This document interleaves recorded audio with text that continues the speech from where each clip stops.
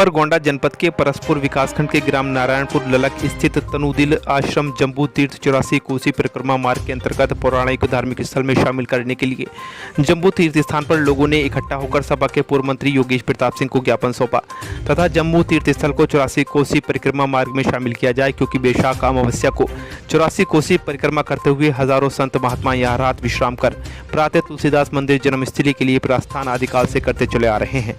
Sir, ये जम्बू तीर्थ का क्या महत्व है? इसका पौराणिक महत्व क्या है? जी हाँ, जम्बू तीर्थ 84 कोसी अयोध्या के अंतर्गत महत्वपूर्ण तीर्थ स्थल है। यहाँ पर अगस्त मुनि ने तपस्या की है, धुंधला मुनि ने तपस्या की है और देव शर्मा नाम का एक वेद पाठी ब्राह्मण था, जिसके स्थान पर एक बार एक सियार आया और उसकी मृत्यु हो गई। अंत में बैकुंठ को प्राप्त हुआ। वो जम्बू तीर्थ के नाम से विख्यात हो गया। महर्षि अगस्त्य मुनि यहीं से आगे दक्षिण भारत तक गए थे और सुदूरवर्ती संपूर्ण एशिया महाद्वीप में, दक्षिण पूर्वी एशिया महाद्वीप में उन्होंने यहाँ की संस्कृति का प्रचार प्रसार किया था। तभी से उन्होंने इस स्थान के नाम से जम्बू द्वीप की व्याख्या की और ये जम्बू द्वीप विशाल भारतवर्ष है। और यहाँ पर अगस्त्य मुनि और धुंधला मुनि तथा देव शर्मा नाम के ब्राह्मण के द्वारा उस पर स्थापित अंग्रेज़ों के समय में सन 1902 ईस्वी में एक अंग्रेज अधिकारी थे I.C.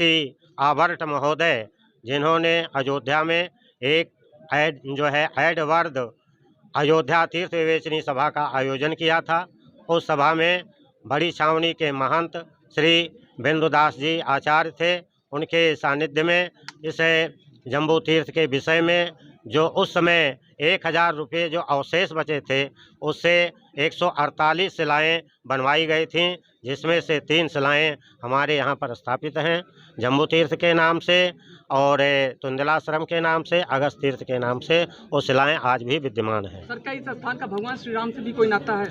जी हाँ, भगवान श्री राम से नाता है। आनंद रामायण में मिलता है कि भगवान राम जब तीर्थ यात्रा प्रसंग में गए थे, संपूर्ण एशिया महाद्वीप की उन्होंने तीर्थ यात्रा की थी और उसके साथ ही साथ जब वो अपनी 84 कोसी अयोध्या के भ्रमण पर निकले थे, निश्चित रूप से यहाँ पर वो आए थे और उन्होंने यहाँ पर दर्शन किया था, क्योंकि अगस्त मुनि उनके बहुत पूज्य ऋषि थे, जिनके द्वारा अमोघ अस्त्रों के द्वारा उन्होंने रावण का विनाश किया था।